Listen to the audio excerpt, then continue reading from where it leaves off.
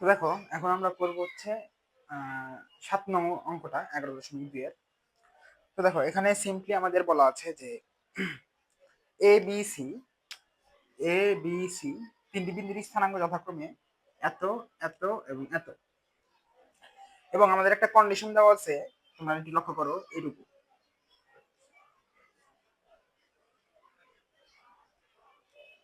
যেটুকু আমি red marking করলাম সেটুকু হচ্ছে এবি এর দৈর্ঘ্য এসি এর দৈর্ঘ্যের এবি এর দৈর্ঘ্য এসি এর দ্বিগুণ, মানে এসি এর দৈর্ঘ্যের দ্বিগুণ আর কি। এখানে একটু মিস্টেক হয়েছে, হয়তো এসি এর দৈর্ঘ্য হবে এখানে, হলে এর সম্ভাব্য মান বের করো।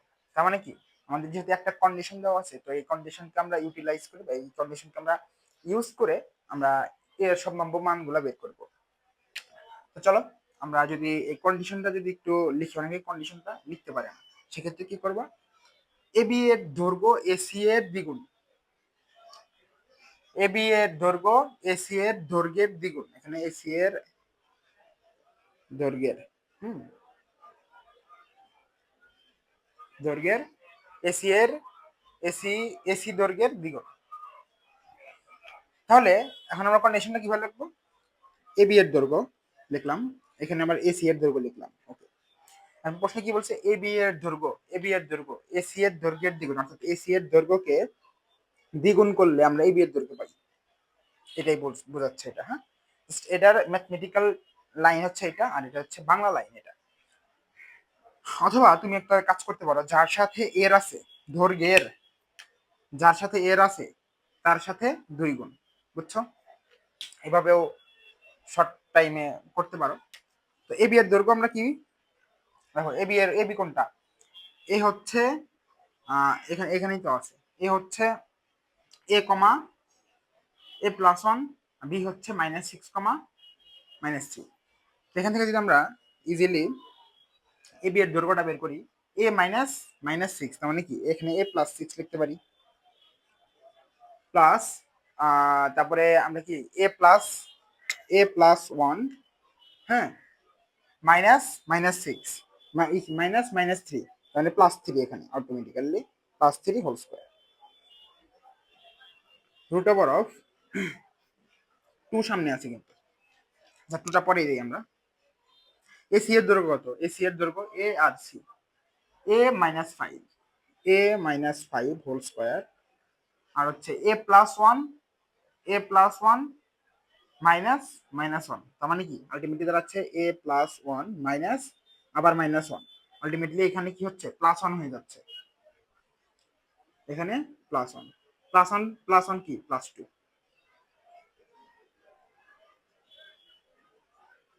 ইন্টু 2।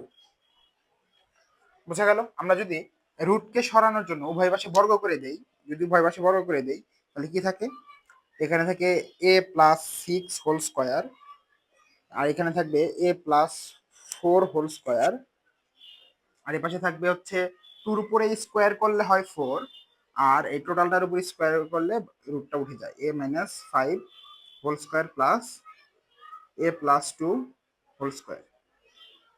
বুঝছো? তো আমাদের এই পর্যন্ত ডান। তো এখন আমরা কি করতে পারি, এখন হচ্ছে আমাদের জাস্ট ফর্মুলা ভাঙাবো, a+b হোল স্কোয়ার আর a-b হোল স্কোয়ার ফর্মুলা ভাঙালেই ক্যালকুলেশন করলে আমাদের অঙ্ক মিলে যাবে। তো a+b, a square plus 2ab plus b square, okay, আবার প্লাস এখানে বসাইলে a square plus 2ab plus b square. তো এখানে আমরা 4কে অমনি রাখলাম, আগে ফর্মুলা ভাঙিয়ে নিই। a minus B whole square সূত্র হচ্ছে a square minus 2ab plus b square, মানে 5 স্কোয়ার। ওকে, তারপরে আমরা কি করতে পারি, a+2 মানে a+b হোল স্কোয়ারের সূত্র a square plus 2ab plus b square, done. আমাদের এই ব্র্যাকেটটা দেওয়ার দরকার নেই, সেকেন্ড ব্র্যাকেটটা দেওয়ার দরকার নেই। তো এবার আমরা কিভাবে ক্যালকুলেশন করতে পারি, দেখো ইজি,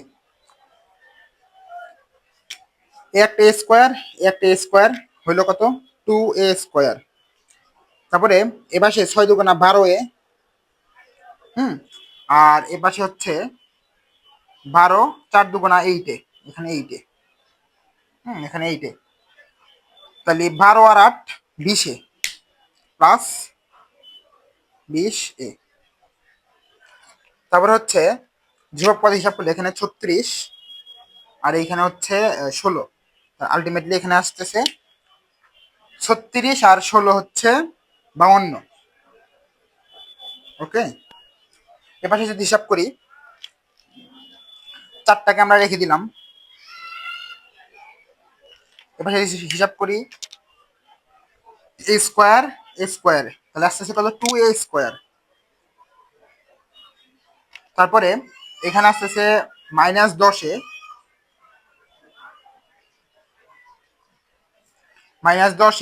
আর এখানে আসতেছে হচ্ছে 4a, 4 2 2 4। ওকে, তাহলে এখানে আসতেছে আমাদের -6a। আর ধ্রুবক পদের হিসাবটা যদি করি, এখানে 5² মানে 25, আর এখানে হচ্ছে 2² মানে 4, 25 আর 4 29, প্লাস 29, এখানে ব্র্যাকেটটা আছে। তো এখন যদি আমি সিম্পলি ক্যালকুলেশন করি, 2a², তারপর হচ্ছে plus 20a plus 52 is equal to 8a², 4 2 8, 4 6 24 a plus 4 29 116। ওকে, 116। এখন এখন তুমি এটাকে ওই পাশে নাও বা এটাকে এই পাশে নাও, হোয়াট এভার, ডাজন্ট ম্যাটার। তো এখানে কোন লাইন আসছে এটা আবার?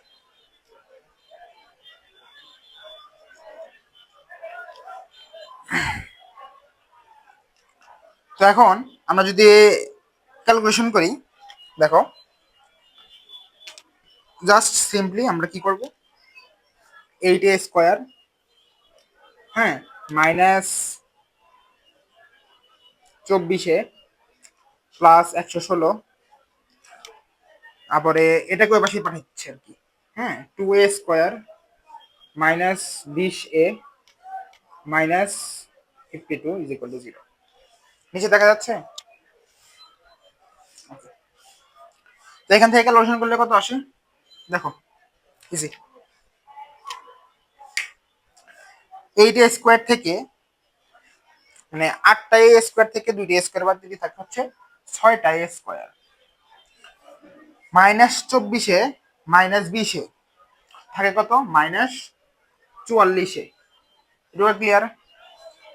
116 -52 থাকে কত, 116 থেকে -52 করলে কত থাকে,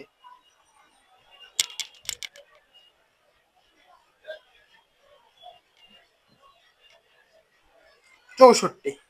ওকে, প্লাস 64 ইজ ইকুয়াল টু 0।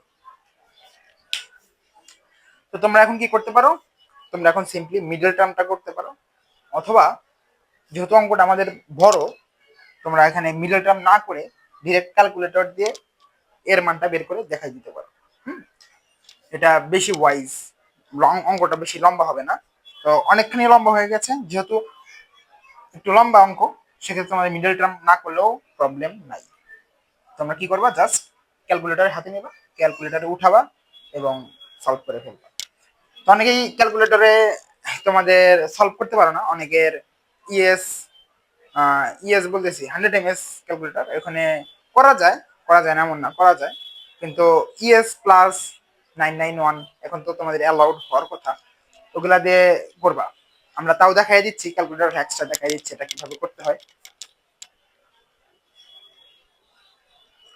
তো ফার্স্টেই দেখো, আমাদের এই যে ক্যালকুলেটর, এই যেটা হচ্ছে ইএক্স প্লাস সিরিজের ক্যালকুলেটর 991, যাদের কাছে এটা আছে তোমরা আমাদের দেখে থেকে করতে পারো, অথবা যাদের কাছে তোমার ইএস সিরিজের ক্যালকুলেটর আছে সেম।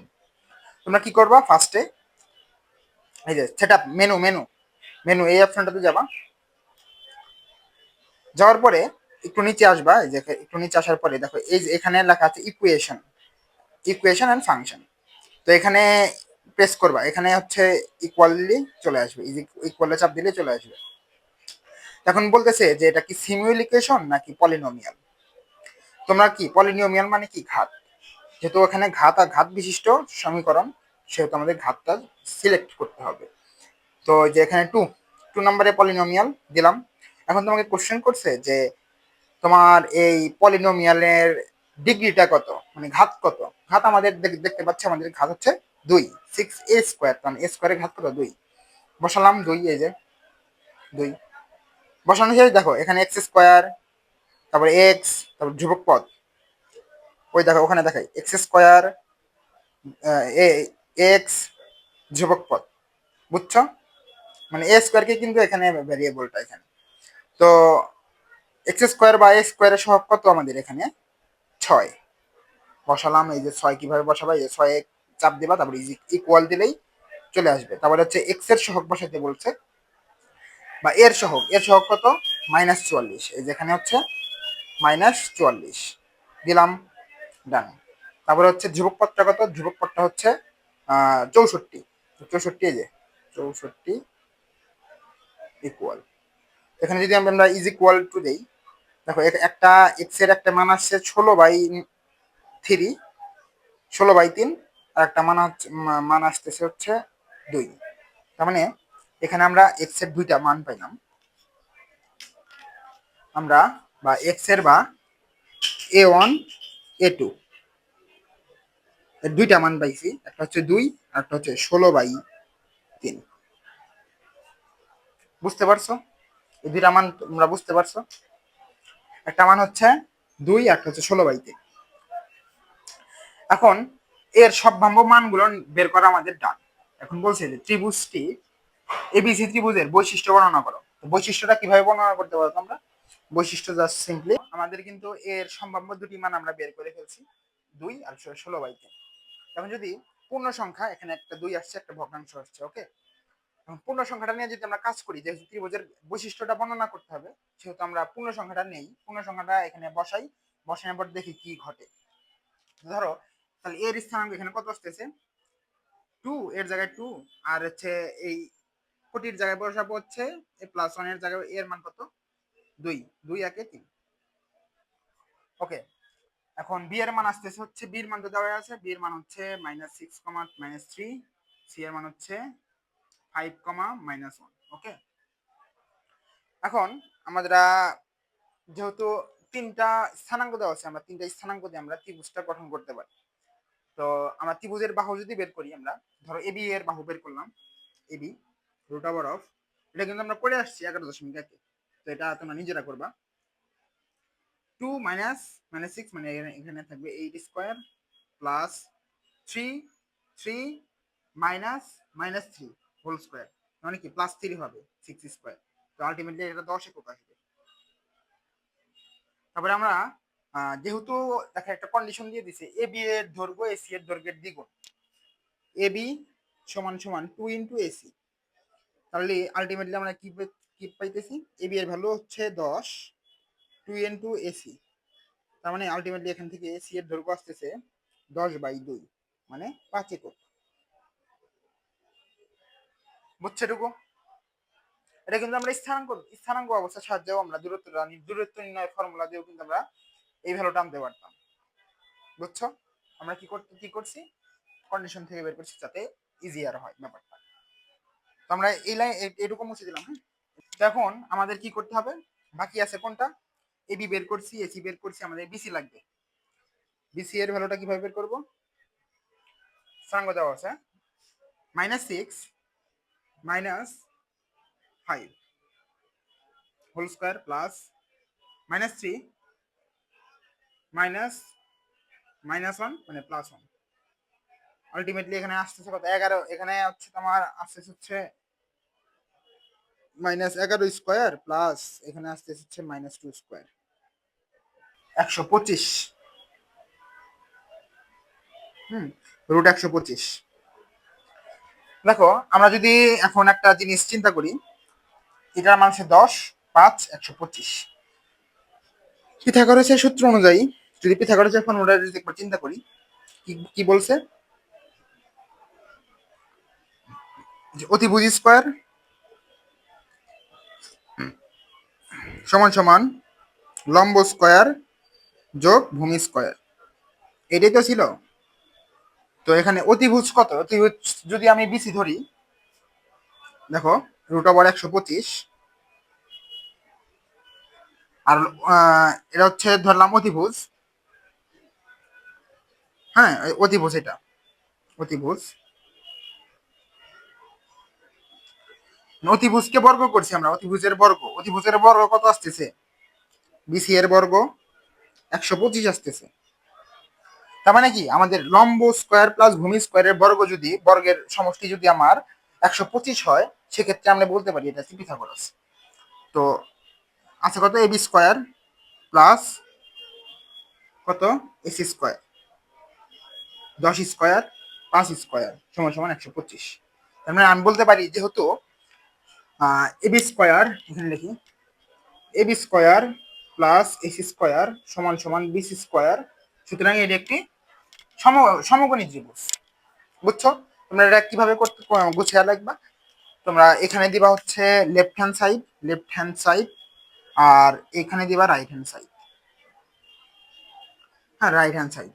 ওকে, পরে তুমি লাস্টে লিখে দিবা হচ্ছে, এখানে লিখে দিবা হচ্ছে left side is equal to right side, সুতরাং ত্রিভুজটি হচ্ছে একটি সমকোণী ত্রিভুজ। আশা করি বুঝতে পারছো। এভাবে করবা, বুঝছো? আর নিজে প্র্যাকটিস করবা।